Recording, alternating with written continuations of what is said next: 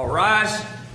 First District Court of Appeal is now in session. All who have business before this court, draw near, give attention, and you shall be heard. May God save these United States, the great state of Florida, and this honorable court. Please be seated.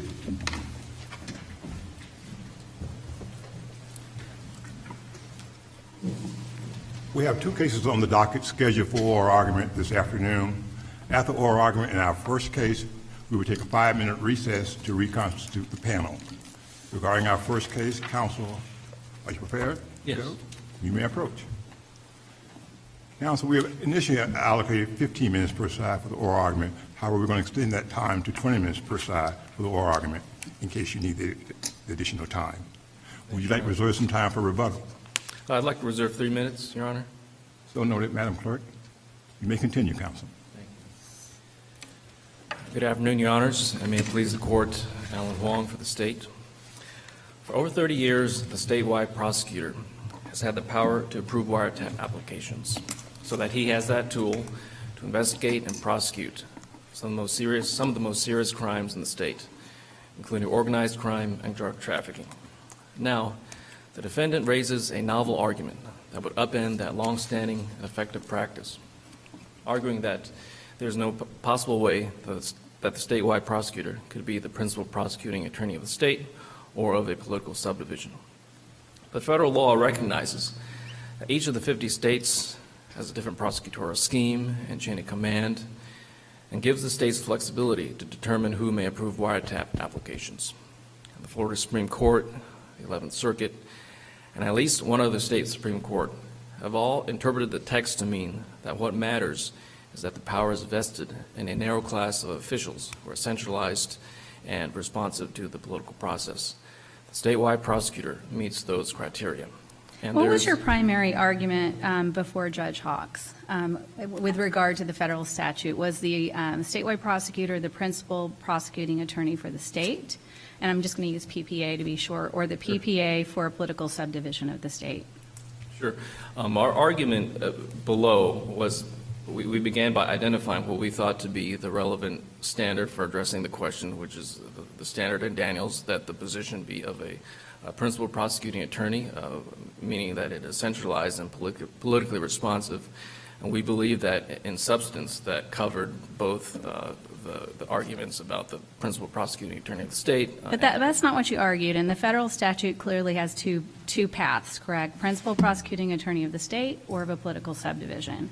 And I'm looking at the transcript on the motion before Judge Hawks, and it wasn't clear at all that you were arguing that the statewide prosecutor was the principal prosecuting authority for the state. Rather, in fact, you argued a political subdivision of the state of Florida, and that the subdivision is, part of the Attorney General's office, that was the political subdivision. Sure. I acknowledge that, but I think in context, or at least the question here now, is whether at some point below we argued the position we're arguing now. Well, let's stay with that for just a second. First, would you concede that the Attorney General's office is not a political subdivision of the state of Florida under 1.01 Florida statutes? The Attorney General's office.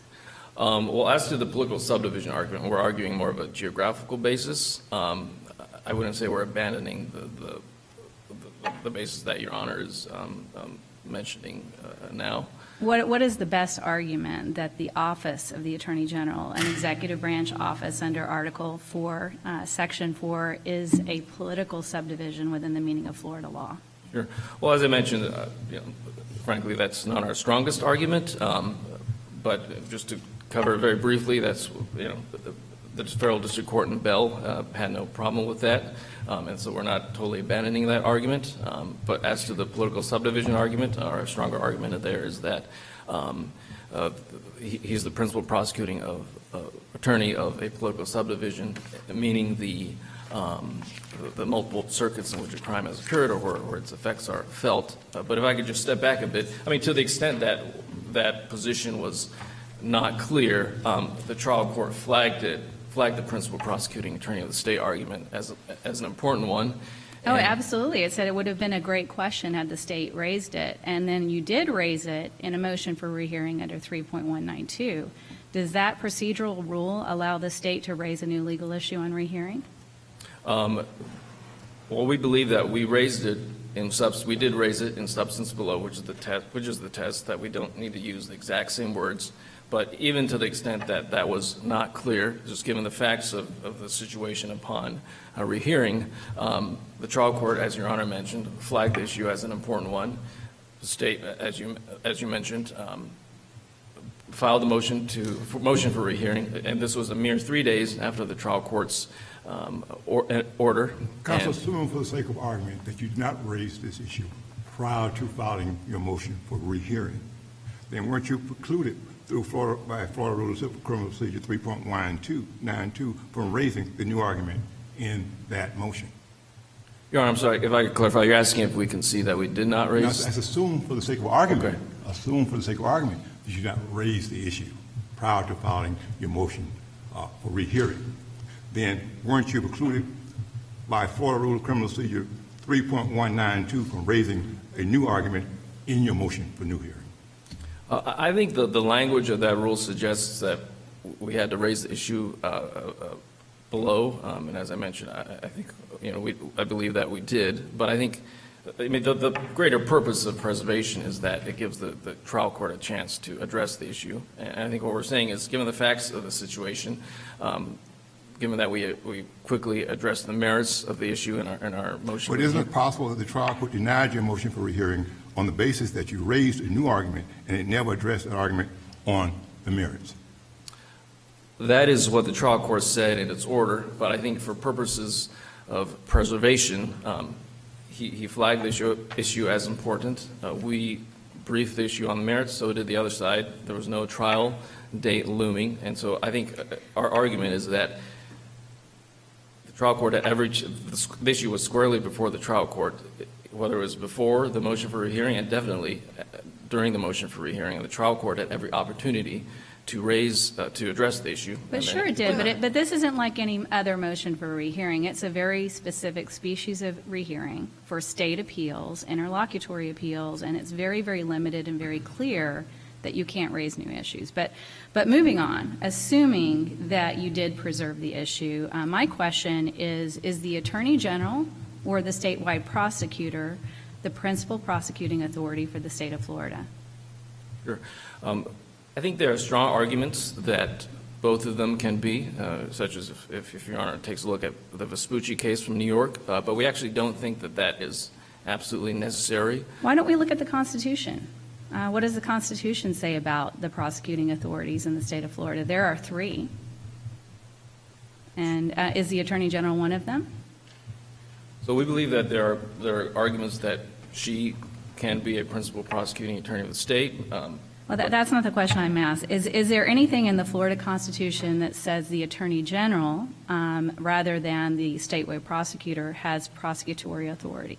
There are state attorneys, there are municipal attorneys in the Constitution that are giving authority as prosecutors, but not as to the Attorney General. Sure, and I think if we look at the Florida Constitution and we look at Florida Statute 16.56, and we see the vast and numerous powers that the statewide prosecutor has to investigate and prosecute crimes, from the investigation to the indictment through trial, that in a way, Florida Statute 16.56, once we look at that, we can tell that he is the principal prosecuting attorney of the state. In fact, is there any provision under Florida law that makes the Attorney General the prosecutor in any crime? Not specifically. And are you aware of any subdivision, and not political subdivision, but any department or division in the Department of Legal Affairs that prosecutes other than the Attorney General, other than the statewide prosecutor? Generally, it is a statewide prosecutor who prosecutes crimes at the statewide level. Generally or exclusively? Exclusively. Thank you. Is the statewide prosecutor an extension of the Attorney General for purposes of a political subdivision? As I mentioned, we don't put that much emphasis on that argument as in saying like a unit can be a subdivision or a political subdivision. But I think Your Honor brings up another possibility, another way of reading Florida Statute 934.07, and that is that if this court has some issues with the relationship between the Attorney General and the statewide prosecutor is that it can be read to mean that the Attorney General is still, the chief legal officer, and somehow because of that, the principal prosecuting attorney of the state, but that the Florida legislature delegated the power to wiretap to the statewide prosecutor, and that might be another way to read the statute that would prevent issues of preemption and conflict, which is generally how we try to interpret statutes. But there's no delegation of authority from the Attorney General to the statewide prosecutor. I mean, the statewide prosecutor's authority comes from the Constitution, right? So what delegation are you talking about? So we're not talking about specifically about delegation from one officer to another. I think we're saying that as a way of understanding the statute is that the Florida legislature gave the power to, assuming that the Attorney General is the only principal prosecuting attorney of the state, that the Florida legislature specifically in a way delegated that aspect of the principal prosecuting authority to the statewide prosecutor. But our first position is that independently he is the principal prosecuting attorney of the state. And one last question, I know my colleagues have several as well. Can the Attorney General be the chief legal officer and at the same time the statewide prosecutor be the principal prosecuting authority for purposes of federal wiretap law? Yes, because it's clear from the text of the statute and what Congress was doing is that it was conferring flexibility on the states to arrange for themselves how they want to structure or who they want to name, so to speak, as the principal prosecuting attorney of the state. And there's no interpretation precluding a state from separating out those two functions, one being an overall chief legal officer and the other one being the principal prosecuting attorney of the state. But do you agree that the statewide prosecutor can either be the principal prosecuting attorney of the state or the principal prosecuting attorney of a political subdivision, but not both? Yes, I think those two things are kind of exclusive. One's speaking of a subdivision and the other's speaking of the state in general. So the political subdivision argument is an argument in the alternative. I'm going to take you back to the preservation issue again. In page 3 of Judge Huck's order, he makes this specific statement. The state agrees as to Category 1, meaning it was not going to apply, Category 1 being the principal argument. So that's about as clear as you can get. So when you filed your motion for rehearing, I did not see in it a reconsideration request or a statement to the judge, you have made a mistake of fact with respect to our argument. Am I missing anything, or did you file any separate pleadings or make a statement that says you misquoted or misstated, trial judge, our position? Sure, I'll address that in two parts. One is to your latter question. At the record 265 to 266 in the motion for rehearing, the state argued that the substance of the principal prosecuting attorney of the state argument was in fact argued below and had record cites to the briefs below. And to the I'm sorry, yeah, my mind might be blanking as to the first part of your question, Your Honor. I'm just saying, did I miss anything with respect Oh, to was clarifying to the judge that you've Sure. made a mistake of fact, you've misquoted or misstated our arguments to you? Yes, we believe we did that at 265 to 266. And I remember now the earlier part of the question about the state saying that, somehow we agreed as to the issue here. And to that I would say, at no point did the state concede that the Attorney General only could be the principal prosecuting attorney of the state.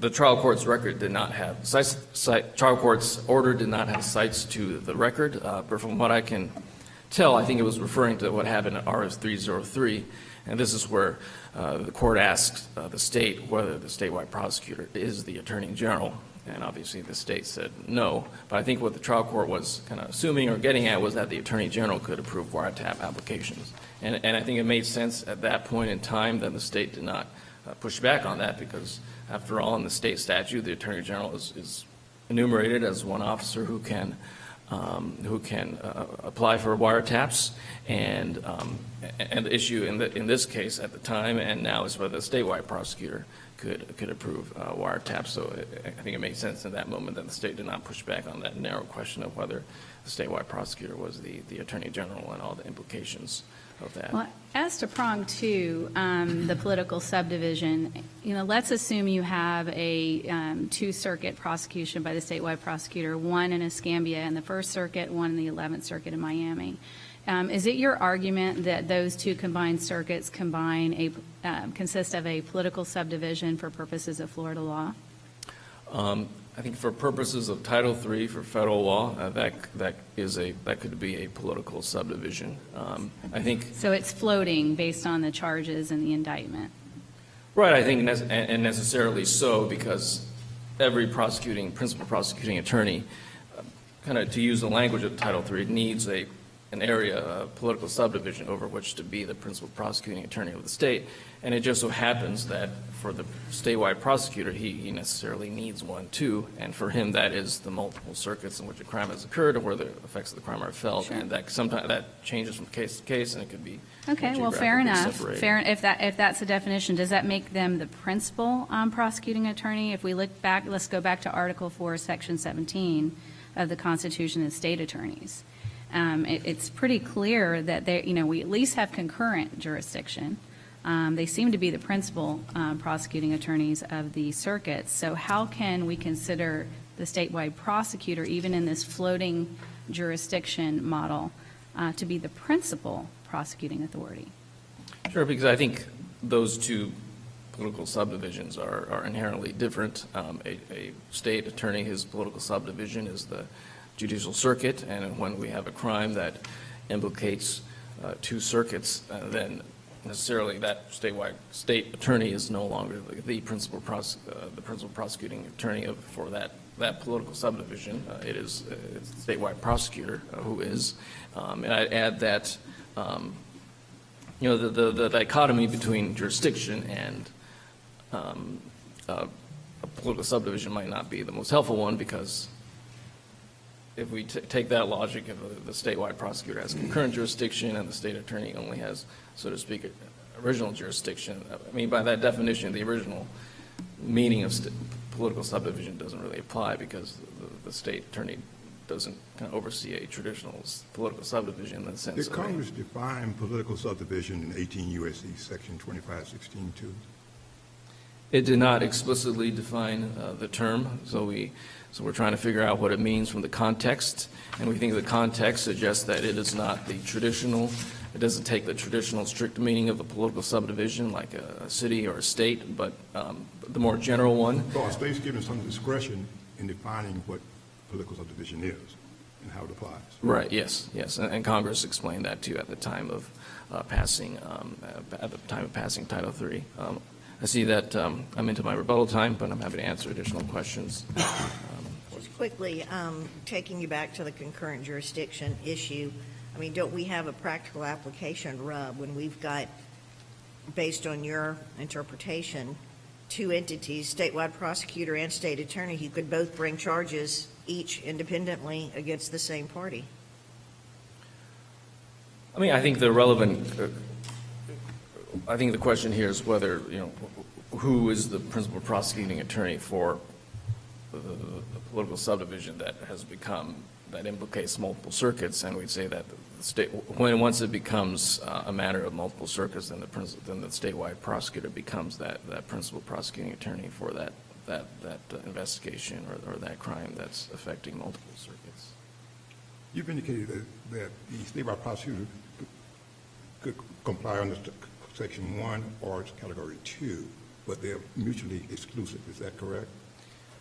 Yes, our argument is that the political subdivision argument is an alternative to the Okay. principal Now, you prosecutor say there's an state. alternative to the other one. Did you at any time argue prior to filing your motion for rehearing that if you do not qualify under Category 2, alternatively, you qualify under Category 1? I think if we're looking at a preservation standard that requires using the exact same words, then perhaps not, but I think the question here is whether that was argued in substance below, and we believe that it was. In any event, that was made clear at the motion for rehearing, and the trial court could have addressed the issue and it denied the motion for rehearing, and that this court can accordingly address both issues. Thank you, Your Honor. Thank you, counsel.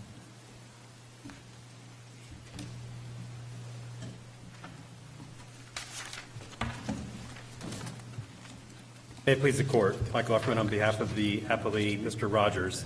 I intend to focus most of my time on the preservation issue and on the issue that Judge Hawks actually was presented Counsel, with and ruled regarding upon. the preservation issue, do you agree that the trial court could have reconsidered its ruling pursuant to Rule 3.192 in response to the state's motion for rehearing? Yes. So I'm not sure, I don't know, but that the state was aware of 3.192 when they filed their initial brief. The state says on page 17 in footnote 5, at the end of that footnote, that in any event, the state explicitly used that label, PPA, political subdivision, in its motion for rehearing, sufficing to preserve the argument. So there's a difference between a trial court being able to consider an issue in a motion for rehearing that's being raised for the first time and an issue being preserved for an appellate court. I cited, somewhat anticipating the state may go there, the Geico case from the 4th DCA. And the 4th DCA said, yes, of course, there is discretion with the trial court when you raise an issue in a motion for rehearing for the trial court to consider that for the first time. However, the 4th DCA went on to say, if the trial court declines to consider it, that cannot be considered an abuse of discretion. And then most importantly, as far as where we are procedurally now, the 4th DCA went on to say an issue that's raised for the first time in a motion for rehearing can never be considered by a Florida appellate court. And the reason... Well, let's stop there. Let's assume we agree with you. This goes back to the trial court. Is there any reason Judge Hawks can't, under his inherent authority under 3.192, revisit this issue and consider whether the statewide prosecutor is the PPA for the state? Your Honor, I would love that. I would love what you just asked to be the issue being asked of me when I'm on that side of the podium 99% of the time. And the issue would be, well, I'm raising a pretty good legal argument on appeal, but the court's questioning me, did trial counsel preserve that during the trial? And I would love to say, let's go give trial counsel another chance. Let's give him another trial, and then he can properly preserve it, and then we can come right back up here and argue it then. It doesn't work that way. They don't get a second bite at the apple. They had every opportunity to present this. And, I've alluded to this, but let me quote from what I think, and obviously it's what Judge Hawks relied upon. Page 253 put everything to rest, right? This defense filed their motion to suppress. They argued that PPA doesn't exist under either alternative. The state came back in their response, written response, and they had one subheading. And that one subheading was the PPA under political subdivision. Right, and assuming I agree with you, but let's go back to my question. What happens when this returns to the trial court? And I refer you to two things. The rule, nothing in this rule precludes the trial court from exercising its inherent authority to reconsider a ruling while the court has jurisdiction, and it will. And I refer you to the McBanowa versus State case. It was a cert case, and the court denied cert there. And we cited that the court could reconsider, and in fact it did below. So can Judge Hawks reconsider? Yes. Right. Your jurisdiction will go back to the court for this case to proceed. I haven't looked into the issue of whether this motion to suppress is dispositive. To the extent that it is, that's the end of the case. But if there's further proceedings, would Judge Hawks have the ability to reconsider this? Yes. So that discretion is not being taken away. But as far as what this court can do, this court can't reach the merits of that claim. I mean, this is... Right, and that wasn't my question. My question was strictly as to what happens when it goes back to the trial court. The case law is clear. You're right. I don't disagree with what you said. The court has inherent authority to reconsider an issue as long as that court continues to have jurisdiction. That'll be up to Judge Hawks to decide. But I submit Judge Hawks got it right. So I pointed out that in the response, one subheading, PPA, political subdivision, then we had an extensive hearing, which in essence was an oral argument in front of Judge Hawks. The pages I've cited in my answer brief, the only thing that the state relies upon is political subdivision. But if there was any question about this, all you have to do is look at page 253. After the hearing, the judge says the parties want to submit legal memoranda. I'll be happy to consider them. Page 253 is one of the last things the state says in its legal memorandum. Therefore, the only issue before this court is whether the statewide prosecutor is a principal prosecuting attorney of any political subdivision thereof. The only issue. So this, from a criminal context, if it was the criminal defendant appealing, this is akin to invited error. It'd be one thing to say that, they only raised one of the arguments, they didn't really allude to the other. An invited error being the perfect example, if a defendant submits proposed jury instructions to a judge, the judge follows those instructions, the instructions end up being wrong, the defendant on appeal tries to say, oh, the jury instructions were wrong, this court would say, sorry, not only is it not preserved, this is actually invited error, we can't touch that issue at all, you're the one that caused that issue. This statement caused the issue. To the motion for rehearing again. Can we consider the trial court's denial of the state's motion for rehearing as a denial on the merits of the arguments raised therein? We don't know. He didn't elaborate. So I don't know what Judge Hawks was thinking. But again, I cited to the Geico case. The Geico case is crystal clear that to the extent that he did deny it because it's a new issue, which is clearly not permitted under 3.192, then that can never be an abuse of discretion. So I guess to say it another way, a trial court, they argue in their reply brief that Judge Hawks abused his discretion for failing to consider this issue. I would love for that to be the rule too, because then I would be able to, I get calls once a month at least from trial attorneys that say, I just lost, verdict just came in, I'm still within my time to file a motion for new trial. Michael, I just thought of something that I didn't object to, can I raise it? My answer, of course, consistent with the case law that we've been discussing, is you're welcome to raise it, and the trial court has the ability to address it even though you didn't timely object during the trial. However, if the trial court denies it, you are not preserving the issue for appeal pursuant to your motion for rehearing. So yes, the judge has discretion, but it would never be an abuse of discretion for the judge to fail to consider it. If this court were to rule otherwise, then wow, every one of those motions for new trials raised the issue that wasn't timely objected to during the trial, and then when the judge fails to address it, I get a back-end way of saying this issue's now been preserved because the trial court abused its discretion by failing to rule on the issue that you, for the first time, raised in your motion for rehearing. Well, let's assume that we disagree with you on preservation. What is your best argument that the statewide prosecutor is not the principal prosecuting attorney for the state of Florida? So I struggled with how I'm going to answer that question. I didn't address it in my briefs, and there's a reason I didn't address it in my briefs. This court, I go to inter-court meetings, I'm on bar committees with several judges, and judges on Florida appellate courts repeatedly say this court is a court of review. We review trial court errors. I understand, but I'd like an answer to the question. So, again, I can't answer it, Your Honor. As appellee, I would argue to you Judge Hawks got it right when he ruled that the statewide prosecutor is not the PPA for the state. I can't make that argument to you because Judge Hawks didn't get a chance to rule on that, so I don't know what his analysis is. I don't know how I can argue to you how Judge Hawks' ruling on that issue is correct because he was denied the opportunity to make that ruling. But you have an appellant who's arguing that they did make it. We have to consider whether that's preserved or not. So I will fall on the sword on that. You either say it's preserved or it's not. If you say it's not preserved, I guess I lose. But if you concede that you would lose.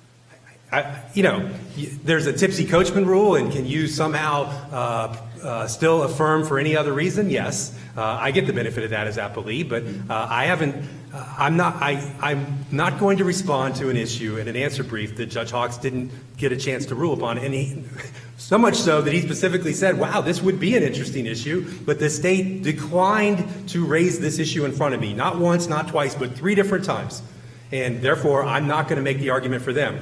I'll hide behind Judge Hawks' reasoning, the correct reasoning. I'm not going to respond to an issue that they're now raising for the first time in a motion for rehearing and raising for the first time in this court that Judge Hawks was completely denied the opportunity to address. And he gave them every opportunity to present that claim to them. The trial judge refused to consider the legislative history behind the federal statute. Why shouldn't we consider the history behind the federal statute?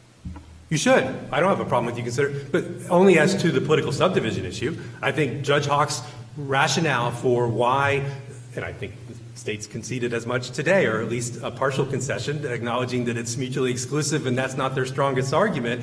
But Judge Hawks is exactly correct. If we're going to address the merits of what Judge Hawks did rule upon, he said that the statewide prosecutor is not the principal prosecuting attorney for a political subdivision within the state. He correctly went through the analysis and said in Florida, unlike other states that may have counties, we have 20 judicial circuits. Those are the political subdivisions at issue. And within each of those 20 circuits, we have an elected or sometimes appointed state attorney. That, without question, that state attorney is the principal prosecuting attorney for those only political subdivisions that we have within Florida. We can't create brand new political subdivisions just because we now potentially have a prosecution in the First Circuit and the Sixth Circuit, and But that all of a how sudden. does having a statewide prosecutor who is part of the Attorney General's office and who may prosecute cases in the same way that state attorney generals can violate the spirit and intent of the federal wiretap statute? I don't know if, I want to understand your question, Your Honor. If you're asking, is the statewide prosecutor a political subdivision of the Attorney General, which is... No, let me repeat the question. Okay. How does having the statewide prosecutor who is part of the Attorney General's office and who may prosecute cases in the same way that state attorneys can violate the spirit and intent of the federal wiretap statute? It does from the standpoint that it's got to be one of the two alternatives. And as Judge Hawks found, the states agreed that it doesn't meet PPA as for the entire state. So the only thing that's been presented and preserved is, does it meet PPA for a political subdivision? And the answer is no, for all the reasons Judge Hawks gave. They're not PPA for any of the 20 judicial circuits. The elected state attorney is. The statewide prosecutor doesn't even have jurisdiction to prosecute all crimes in the state of Florida. Only the elected state attorney does within each of those judicial circuits. Well, let's assume, though, we agree with the floating, political subdivision argument, that when it's the First Circuit and the 11th Circuit, that is a division of the state of Florida, and certainly there's a political aspect to that. Can there be more than one PPA for a political subdivision, one principal prosecuting authority? If there could, then the problem is just what Judge Hawks said. At best, it would be concurrent power within the statewide prosecutor. And you can't then say that the statewide prosecutor would be the principal prosecuting attorney for the circuit, because still in that situation, the state attorney for the 11th and the state attorney for the 1st would have the most power, the ability to charge any crime. Well, other courts have found there can be multiple principals under that provision, so why are they wrong? Well, multiple principles, again, other courts aren't considering Florida's makeup. And again, Florida's makeup is very specific. The statewide prosecutor, as you've already indicated, is not only a creature of the Constitution, but also a creature of the Florida legislature. But the statewide prosecutor is limited in the number of crimes that he can prosecute. And the statewide prosecutor in those situations, again, would only at best have concurrent power, would not have principal power in either of those circuits. So again, I rely upon Judge Hawks' well-reasoned order. There's certainly no case that's considered this issue head-on. The states relied upon Bell, that's a federal habeas case. As someone who does a lot of federal habeas work, yes, the standard in federal court in a habeas context is extremely hard. It's a double differential standard that the federal court relies upon. And in that situation, you had a PCA from the 5th DCA, I believe. So there's certainly no precedent that would support the state's argument. And Judge Hawks went through a common sense statutory interpretation as to what is a political subdivision, how does that apply within the context of Florida's system, and there's just simply no way to say that and again, I think the state concedes as much in the sense that they spent maybe a paragraph in their brief even arguing this issue, and today they acknowledge that that's the weaker of their arguments. It's an alternative argument, but it's a mutually exclusive argument from what they're presenting to you, which unfortunately for them is an issue that wasn't presented to Judge Hawks. So for all of those reasons, I'd ask this court to affirm Judge Hawks' well-reasoned opinion regarding the only issue that was presented to him. As I've said in my briefs, the state, Judge Hawks said as much as well. This may be an interesting issue. This is something perhaps that can be considered on remand. This is something that can be considered in another case where the state properly presents it. But as far as Mr. Rogers is concerned, and to the context of where we are today, this court simply doesn't have the power to consider the issue they're now raising because it wasn't preserved. And the only issue that was preserved, you have the ability to review that, and I'm asking you to affirm Judge Hawks' reasoning. Thank you. Thank you, counsel.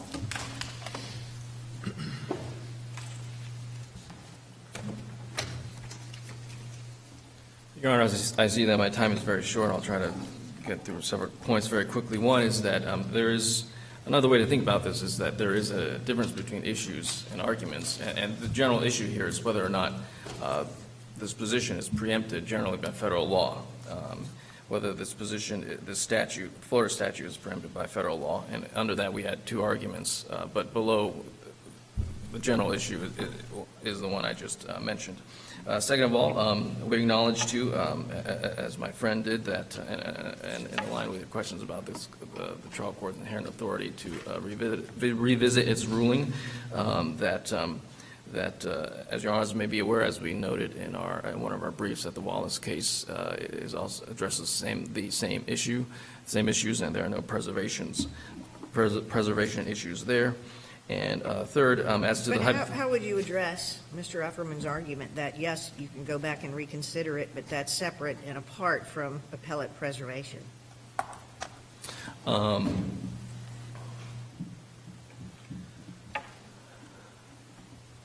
think I would just emphasize again that we did raise the issue below in substance, whether it was from the very beginning or during or at the motion for a hearing stage, and that the issue was before the trial court, and so it's before this court now. Do you concede that this issue was your best argument as opposed to Category 2? I think our stronger argument is the principal prosecuting attorney of the state argument, and in the alternative, the political subdivision argument, the geographical one, and not the one as to whether an office can be a political subdivision like of an agency. And so we asked the trial court to, we asked this court to reverse the trial court. Thank you. Thank you, counsel, for your respectful oral arguments this afternoon. We will take a 5-minute recess. We are in recess. All right.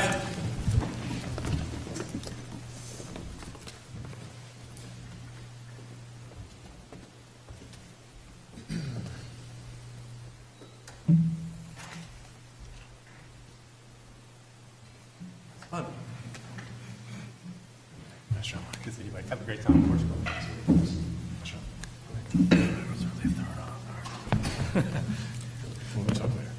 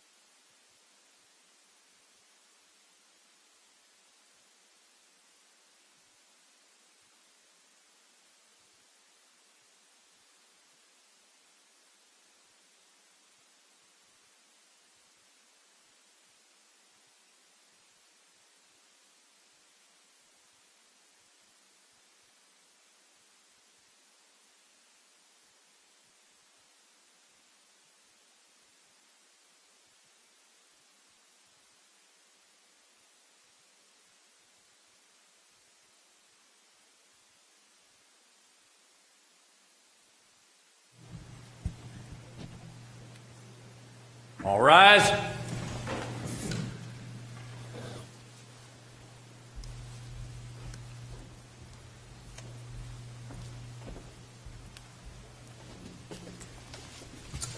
Please be seated.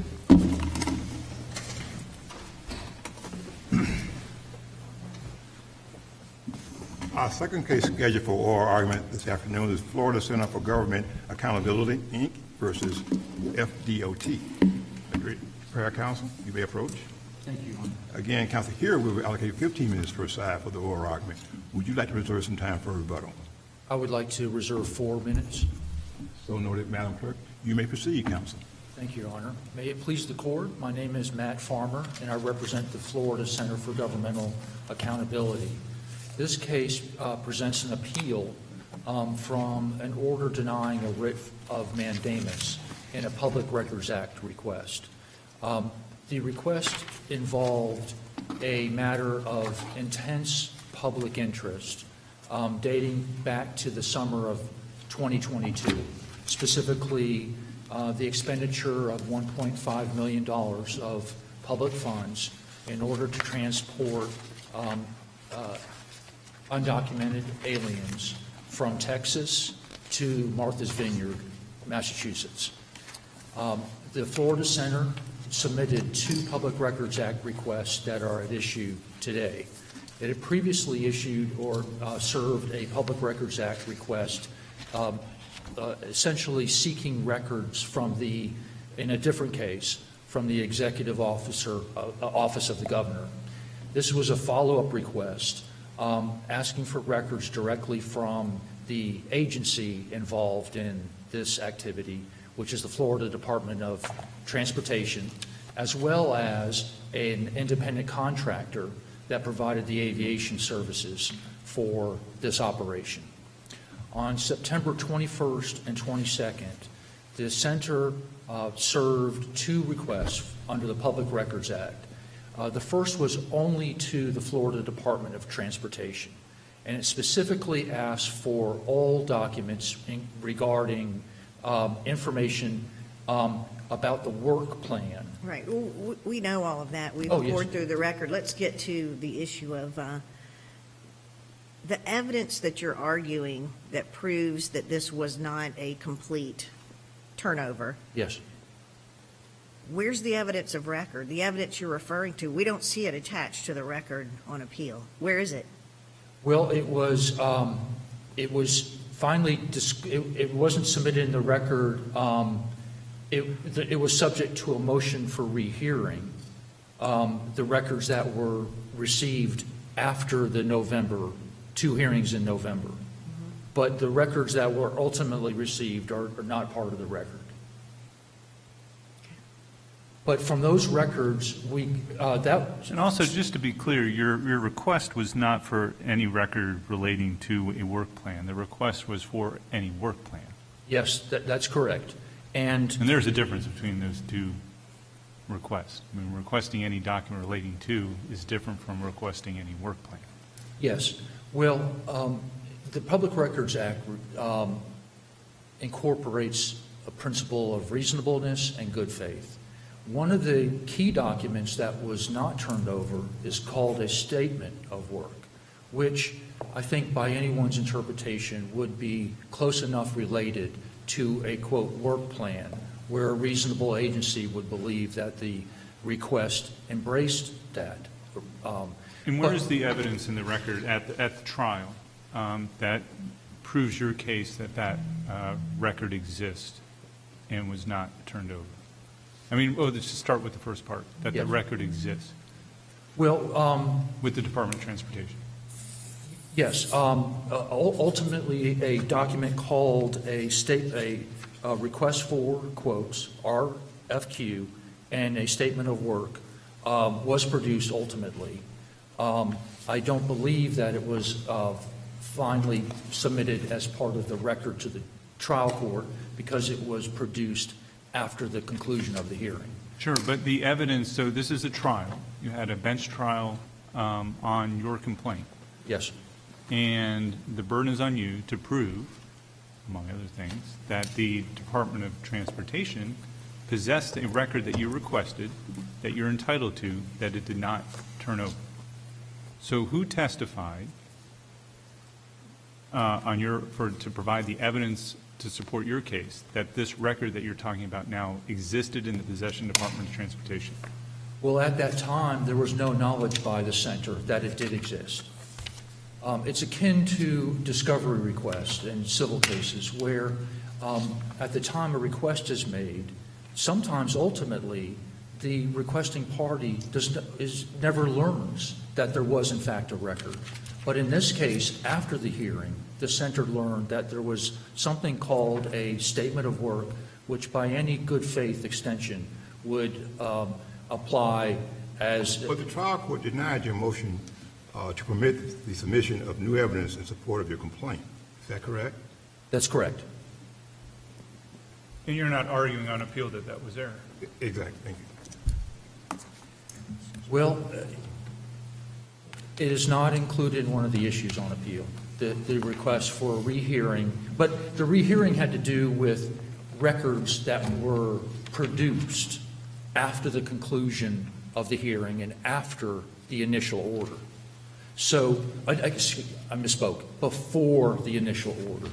So the request from the center was to reopen the hearing so that the center could show that there was a violation of the Public Records Act because the documents did exist and they weren't produced in a timely manner. And you're not arguing that that was error either on appeal? The denial of that request you're not arguing was error?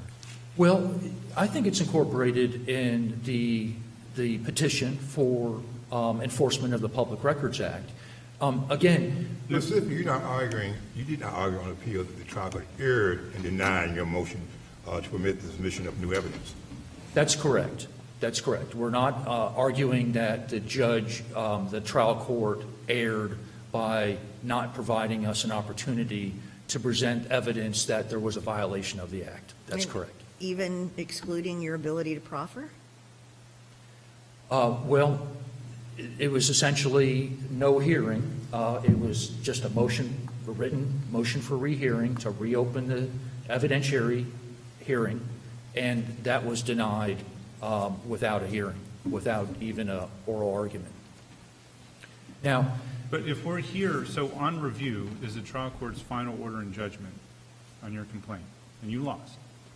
Yes. And presumably, because it's a trial, there should be some discussion of the evidence and whether the evidence was sufficient to support the trial court's determination. You have two issues raised in your appeal, in your initial brief, really talking about legal issues. And you skip past sort of the, well, what about the sufficiency of the evidence to support her findings in the first place? And then when I'm asking you, well, where's your evidence in the record to support even proof that the agency had the document that you're requesting, that you're entitled to, that it did not produce? And your answer is well, the evidence is available after the evidentiary hearing, which we didn't get into evidence because she denied her motion. well, that's the nature of the beast, though, because the Public Records Act is intended to allow citizens to obtain records. And there's not a level playing field because citizens don't know what's out there.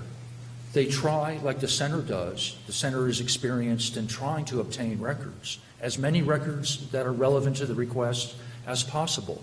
And the nature of the beast is sometimes, even by the point of the evidentiary hearing, the requesting party is unaware that those records actually exist.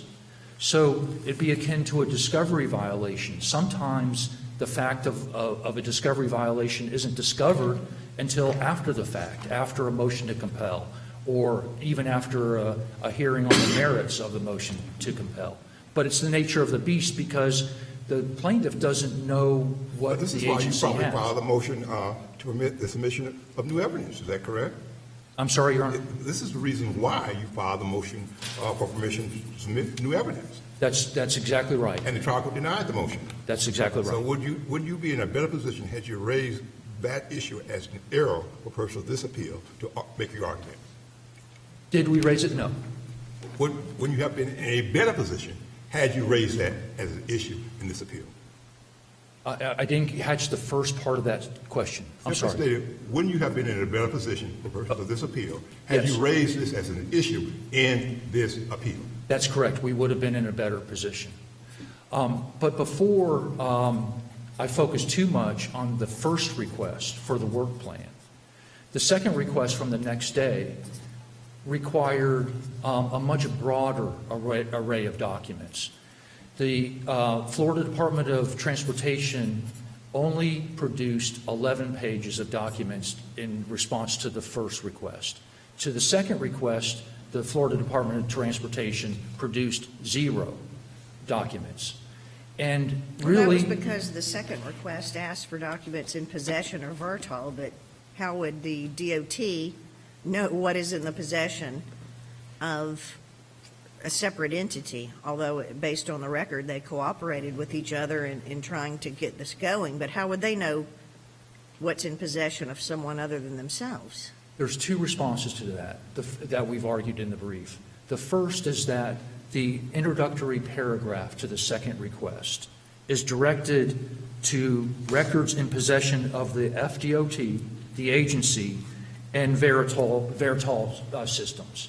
So that's the introductory language. The specific request was, as you mentioned, records in the possession of Vertol.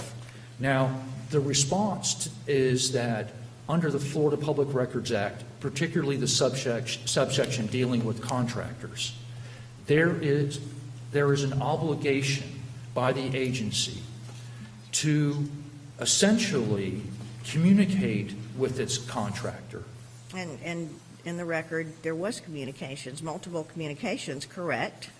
DOT contacted Vertol, and there was, communication back and forth about what the request was and who was going to be going through that footwork to get the documents together.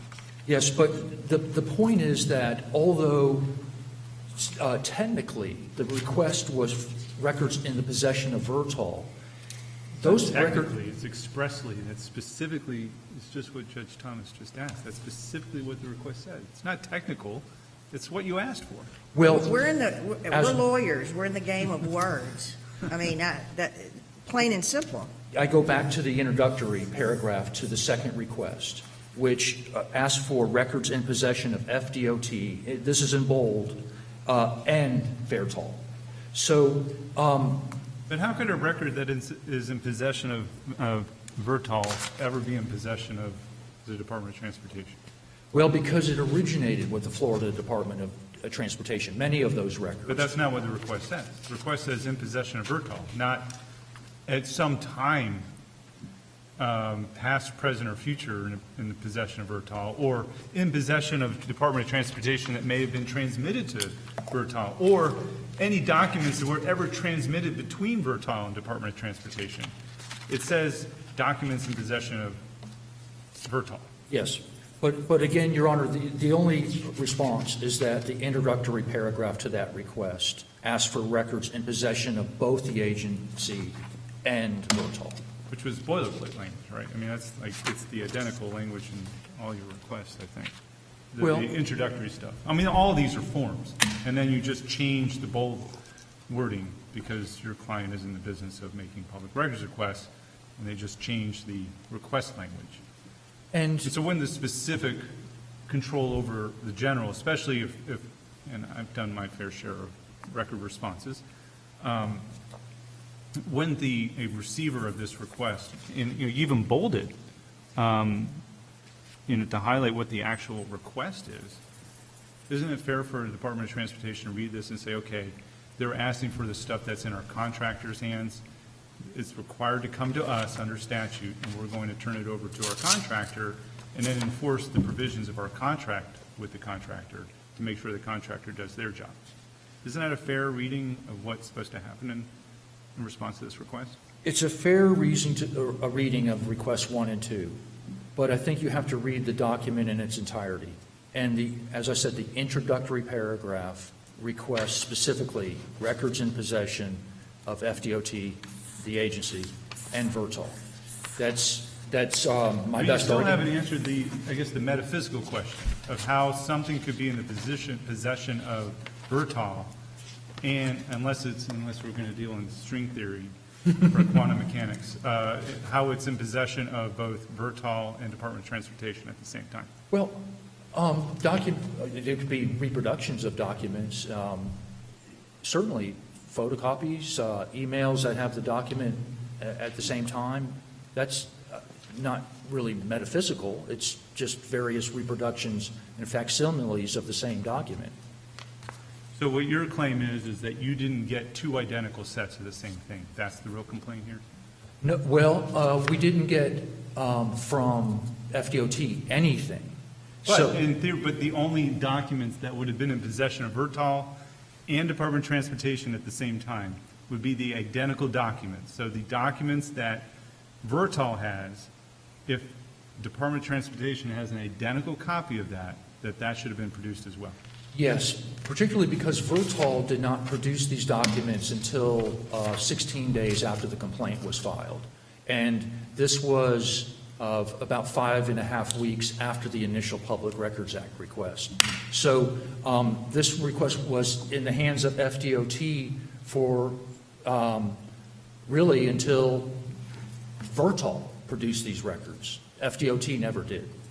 So yes, I would say that in good faith and having a liberal reading under the Public Records Act, that the agency really has a good faith duty here. And To contact Vertol, say, hey, send us over, do a blowback production. So we want an extra copy of what you're producing to the requester so that we can make sure that we produce an identical copy, because we would then be producing the mirror image of what has already been produced? No, the point is that FDOT did have these records, so it wasn't a matter of requesting them from Vertol. But they wouldn't know what's in possession of Vertol unless they looked at what Vertol possessed and produced. That's right. Again, I think we're getting into the distinction between the introductory language, which talks about possession of FDOT, and the specific language, which regards only possession of Vertol. So that's the dilemma here. That's the tension. And we would say that under the Public Records Act, it would have been a reasonable approach by FDOT to understand that this request also included the same records that were in its possession. Counsel, you are well into your roll time. Yes, sir. However, I will extend your time by 5 minutes. I will also extend the appellee's time by an additional 5 minutes. Before you sit down, I have one final question for you. With regards to the record evidence, what record evidence refutes the trial court's finding that appellant did not produce any credible evidence to establish that the department failed to produce documents responsive to the first public records request?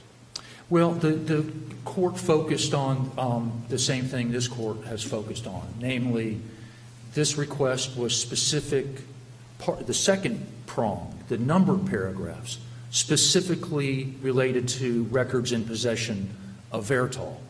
And focused on that, as does the appellee, understandably, and disregarded the introductory part of that provision, which expanded the possession concept to the agency itself. But the trial judge did rely on the distinction between the numbered requests in the second Public Records Act request and disregarded the introductory paragraph. Thank you. Thank you, counsel. Counsel, since we'll have counsel for two different appellees, have you divided your time? We are planning on dividing our time, Judge. And how have you divided your time? With the extra 5 minutes, my intent is to yield the podium at or before the 10-minute mark. You may proceed. May it please the court, Mark Peoples for the Florida Department of Transportation. With me at council's table is Ed Fleming. Mr. Fleming represents the appellee Vertol Systems. As the court's probably aware, the trial court here actually entered two final orders, one directed to the department, one directed to Vertol. I'll focus my arguments, of course, on the final order as to the department. There are some points I do want to emphasize at the outset. First of all, the trial court found, and there's no dispute about this, that the department did not withhold any documents based on exemption or privilege. Judge Tannenbaum, you pointed out that his initial brief dwells on legal issues, but while I would agree in the abstract that whether a document qualifies as a public record or whether an exemption attaches is a legal question reviewed de novo, counsel conceded in his opening statement that this is an appeal from a denial of a petition for writ of mandamus. That order is reviewed for abuse of discretion. Let me ask you about that first. I was going to let you finish, and then ask about Please. the standard review, but since you mentioned it, we'll go there now. So the idea of it being abuse of discretion goes back to the Topps case, which from the Florida Supreme Court, which, as it turns out, was really talking about when a court rules on a mandamus petition, whether that is necessarily on the merits or whether it could be on something else. And the Supreme Court talked generally about a truth about extraordinary writs, which is that they're prerogative writs for the most part and subject to discretion as to whether to issue them. But this is mandamus, and it's an original jurisdiction question in the trial court. If a plaintiff showed by evidence that they had a clear legal right to a ministerial duty from a government officer, where is the discretion from a trial court to deny that writ under those circumstances? How does that work? If I'm understanding your question, Well, how could it be discretionary if someone sues? the whole idea behind mandamus is that it's not discretionary, if that's your question. For the most part. I mean, Yes. it's a common law writ, and unlike some of the other extraordinary writs, it's a common law writ where there's typically a judgment entered after a determination of facts, and that judgment is going to determine whether there's a clear legal right, an entitlement to the remedy. And so if there's a judgment determining entitlement to the remedy, where's the discretion to deny that remedy if there's a clear legal right to it? So, I'm assuming that you're arguing abuse of discretion because it's an easier standard for you than sufficiency of the evidence. my argument doesn't hinge on it being an abuse of discretion standard. I agree with you on Yeah, that. and so I'm not sure why we're talking about.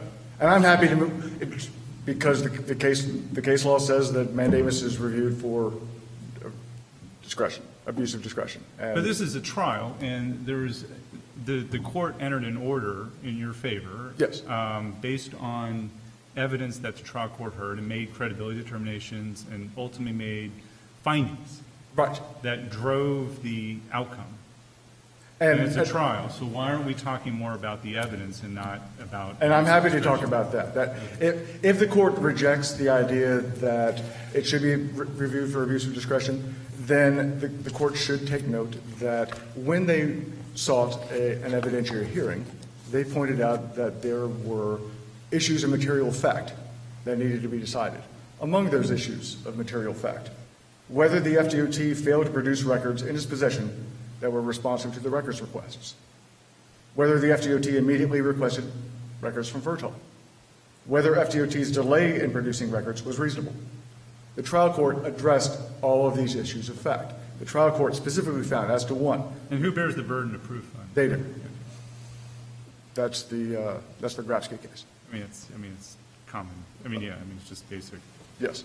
So the trial court held the plaintiff did not establish, this was what Judge Lewis pointed out, did not establish that there were any documents withheld by the FDOT that would have been responsive to the first request for public records submitted to the FDOT. The trial court found Plaintiff did not produce any credible evidence or testimony establishing that FDOT failed to produce any documents that were responsive to the September 21 request. On the second question of fact, whether the FDOT immediately requested records from Virtual, the trial court found. The court finds there is no failure on behalf of FDOT to request the records in possession of Virtual. Whether FDOT's delay was reasonable under the circumstances, the trial court found FDOT timely provided the records responsive to the September 21 request, and the trial court found the evidence was unpersuasive as to establishing unlawful delay on the part of Virtual. The trial court concluded Florida Center did not prove the FDOT failed to comply with Florida's applicable public records laws. Those findings are supported by competent substantial evidence. The record sites are available in my brief. And under the Hillier case, the resolution of these fact questions, the resolution of what witness the trial court found credible, the trial court expressly found the department's witness credible, expressly found Virtual's witness credible, expressly found Florida Center's witness was not credible. Those are issues for the trial court, and under this court's precedent, those decisions cannot be countermanded. Did anyone testify that to address even the question whether the Department of Transportation possessed some of these documents and weren't turned over?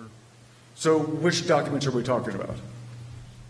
I mean, I was looking at the record. I'm not sure, because, I mean, the whole first day was spent with the plaintiff's Right. chief witness, who would be the last person to probably know what Department of Transportation had in possession. That's how they chose to present their case. So I just, did anyone testify as to documents that Department of Transportation had in its possession that was responsive, that the plaintiff was entitled to, that weren't turned over? No. I guess No. Could this have been resolved by a summary judge, almost as a summary judgment motion for failure to produce any evidence? I possibly. It's an accelerated hearing, so sometimes. I understand. Yes, sometimes there's kind But of. isn't it at that level in terms of the absence of proof? It's not just a matter of credibility determinations, it's the complete absence of proof on at least one of the elements of the plaintiff's case. I don't disagree that that was a possibility. It obviously wasn't undertaken in this case, but in my view, it's not that cut and dry. In support of our opposition to the motion for a summary judgment, though, wouldn't you? Could you? If a motion for summary judgment had been filed, there probably would have needed to have been affidavits filed in support of or in opposition to Certainly. the motion for summary judgment. Certainly. Yes. And those kinds of things, when you have he said, she said, the credibility and determinations inevitably do enter into those kinds of things. So I'm not aware of any effort to explore whether a summary judgment was Well, let me ask it this way. possible. So let's take the first request, the statement of work. Right. Or The work request for plan. quote, huh? The work plan. Well, if that's the request, was for a work plan. Yes. And I think Department of Transportation produced some earlier versions of the statement of work. Is that right? Not quite. What happened? What they call the RFQ SOW. That's basically a solicitation. The department had a deliverable. We want this. The deliverable was only one: provide air Why transportation. wasn't that document not responsive to appellant's first request for a work plan? That's what I'm getting to. Yes. The reason why it's not responsive. Well, first of all, they asked the department's witness, "Why wasn't this produced?" He said, "It's not responsive to that request." Didn't follow up. Didn't ask why. But I can tell you why. The RFQ SOW was a solicitation. It sought a deliverable. The deliverable was provide air transportation and all other in-flight costs. What was produced was Vertal's response to the RFQ. Vertal's plan for doing the work sought in the RFQ. Doesn't it end A up being work the plan. contract? I'm sorry? In solicitations, doesn't it end up being part of the contract, the response, if the bidder is accepted as the contractor in a solicitation? Doesn't the response become part of the contract? I don't believe that the RFQ was incorporated into the work plan or the contract. If we did not, assume for the sake of argument that we did not agree with you in terms of that particular analysis, Would we be compelled to reverse the trial court's order? Well, in order to do that, you would have to reverse the trial court's fact findings, which this court has historically been loath to do. So no, I don't think so. But was the Vertal's response, because I interrupted you. I It's apologize. okay. I was going to tell the court I'm into his time, but I'm happy to answer any questions that the court has. You may address the question. The question is, So when Vertal's response to the solicitation, yes, was that provided to yes, the plaintiff? yes. Bertol's response was trial exhibit J. That was what was provided. Yes. If there's no further questions for me, I urge the court to affirm the order as to the department. Thank you for your time. And thank you, counsel.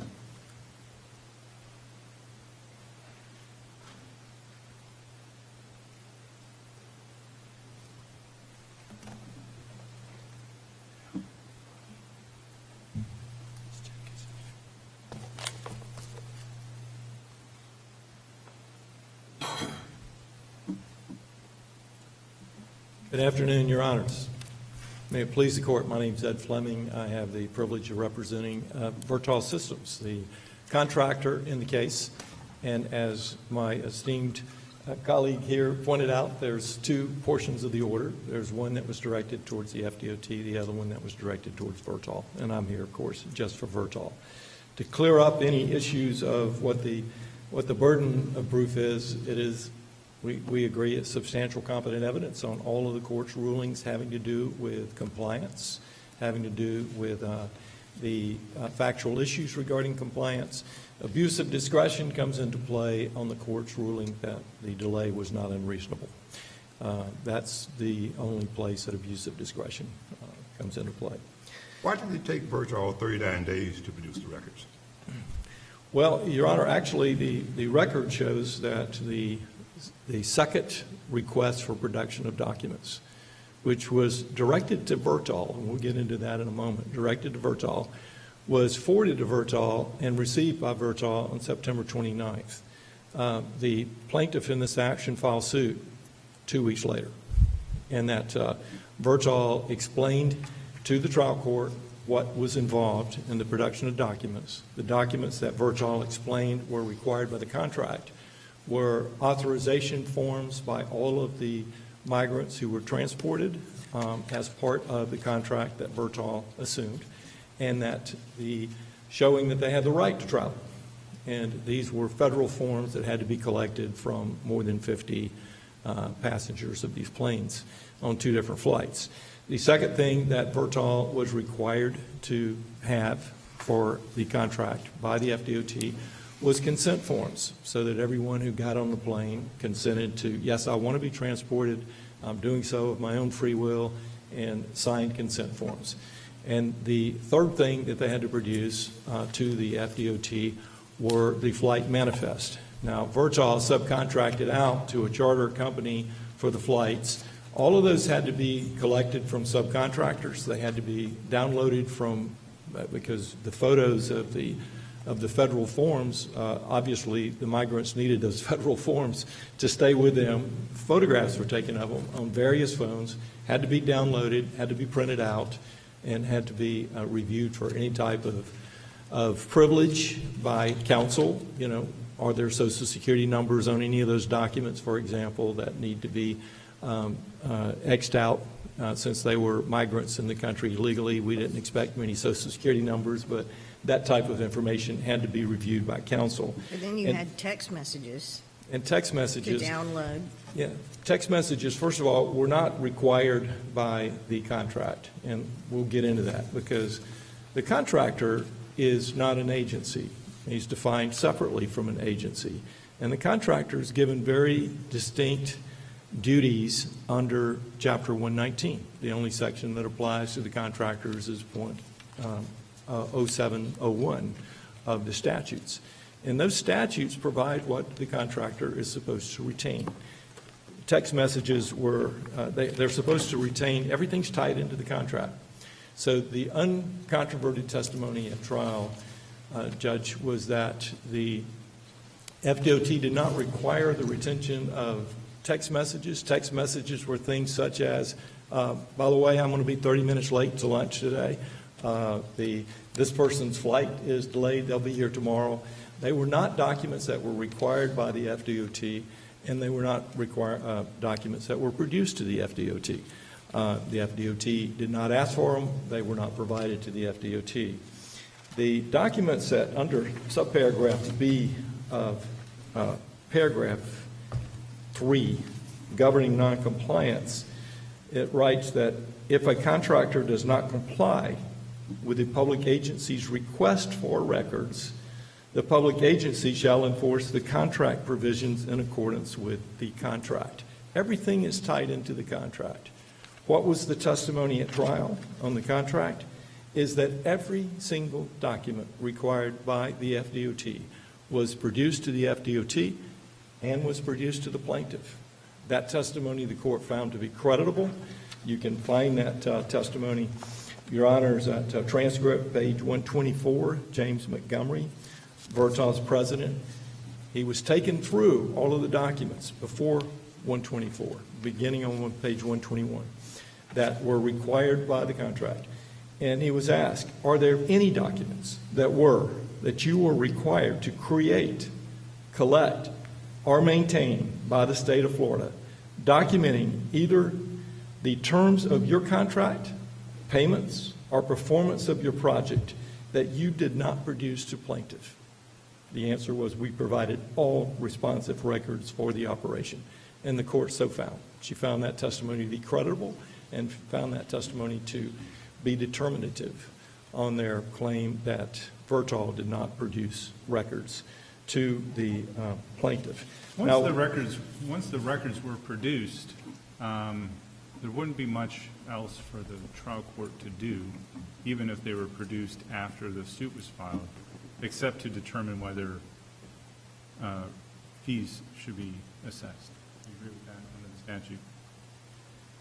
Well, Your Honor, I think that the question of what records had to be produced was a mixed question of law and fact. Well, I'm just assuming, because I'm trying to figure out, because they're arguing with respect to your client, the main issue is this reasonableness thing, whether your client should have been sanctioned for not producing the records earlier.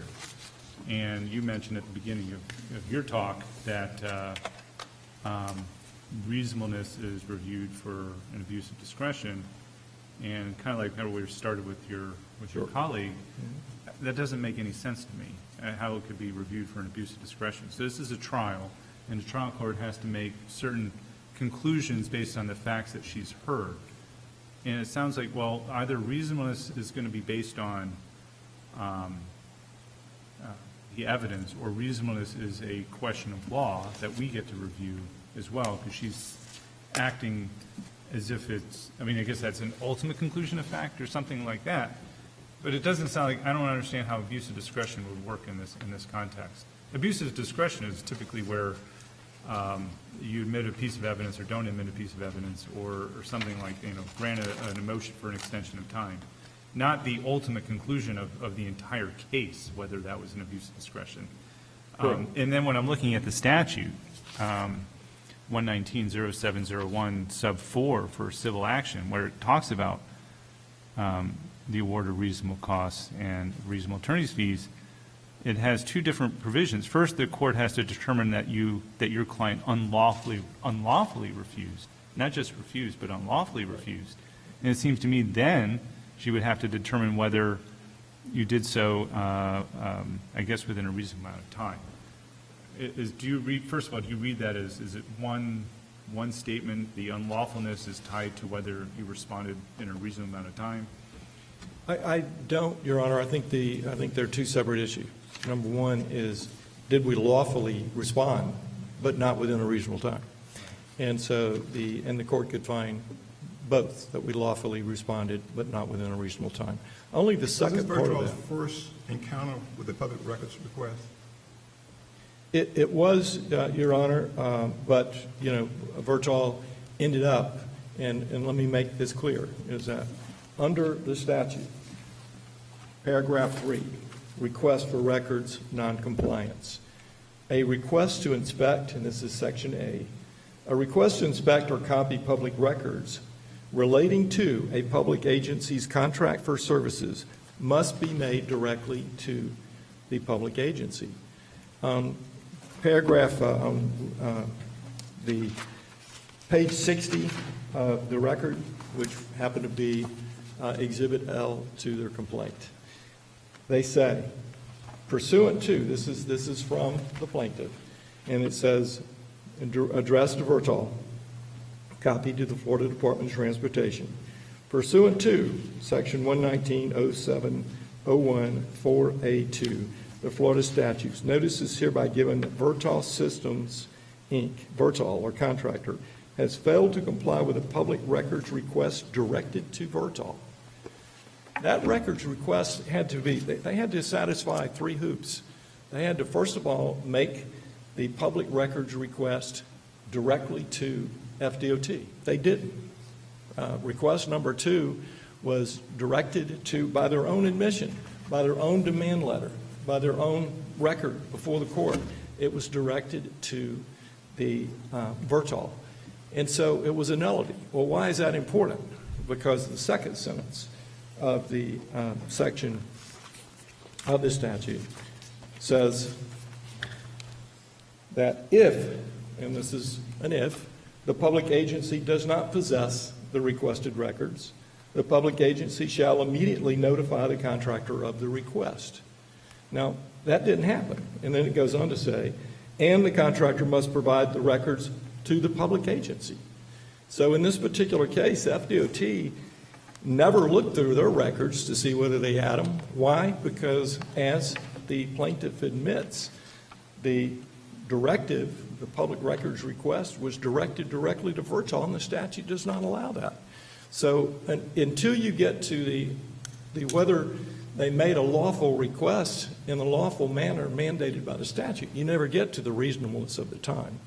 But if you did get to the reasonableness of the time, the court concluded that everything that Vertol was required to collect, generate, produce, pursuant to the contract, was provided to the plaintiff, despite the fact that they didn't use the right route for doing it. It still was provided. And if you find another reason for sustaining or affirming the trial court is that request number 2 was a nullity. It was directed directly to the contractor, not to the agency. Must means must, and the first sentence of 3A says they must direct it to the agency. Thank you. Thank you, counsel.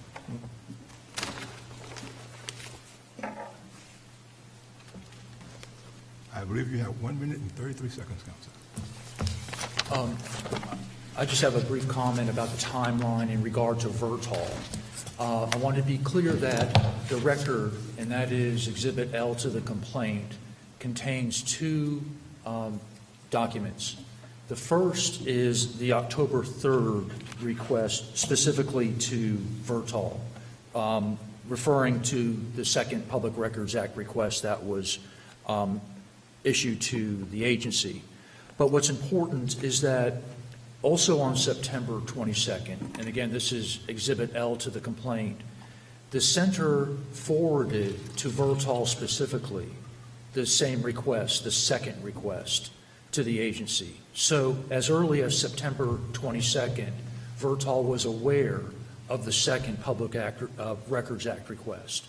And the record shows that Vertol, despite awareness by virtue of that notification on September 22nd, produced its first records on October 31st. The only reason you're arguing this on appeal is because your client ultimately got the records that they're requesting. You're arguing the timeline because you want fees. Is that fair under the statute? Because otherwise I don't understand what the relevance of the time is since they produced the record.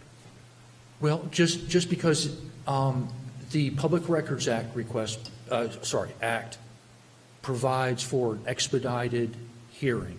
that would allow citizens to obtain public records in a expedited fashion. That's specifically in the statute. That's why we're entitled, as citizens of Florida, to an expedited hearing in the circuit court. So it's all about the But you did need get for... the hearing. But you got the hearing. Yes. You we got the do. records. What is it that you would want on remand from the trial court at this point? Well, it's important to enforce the principle that agencies and contractors do have a duty. I mean, with respect to Vertol, specifically Vertol.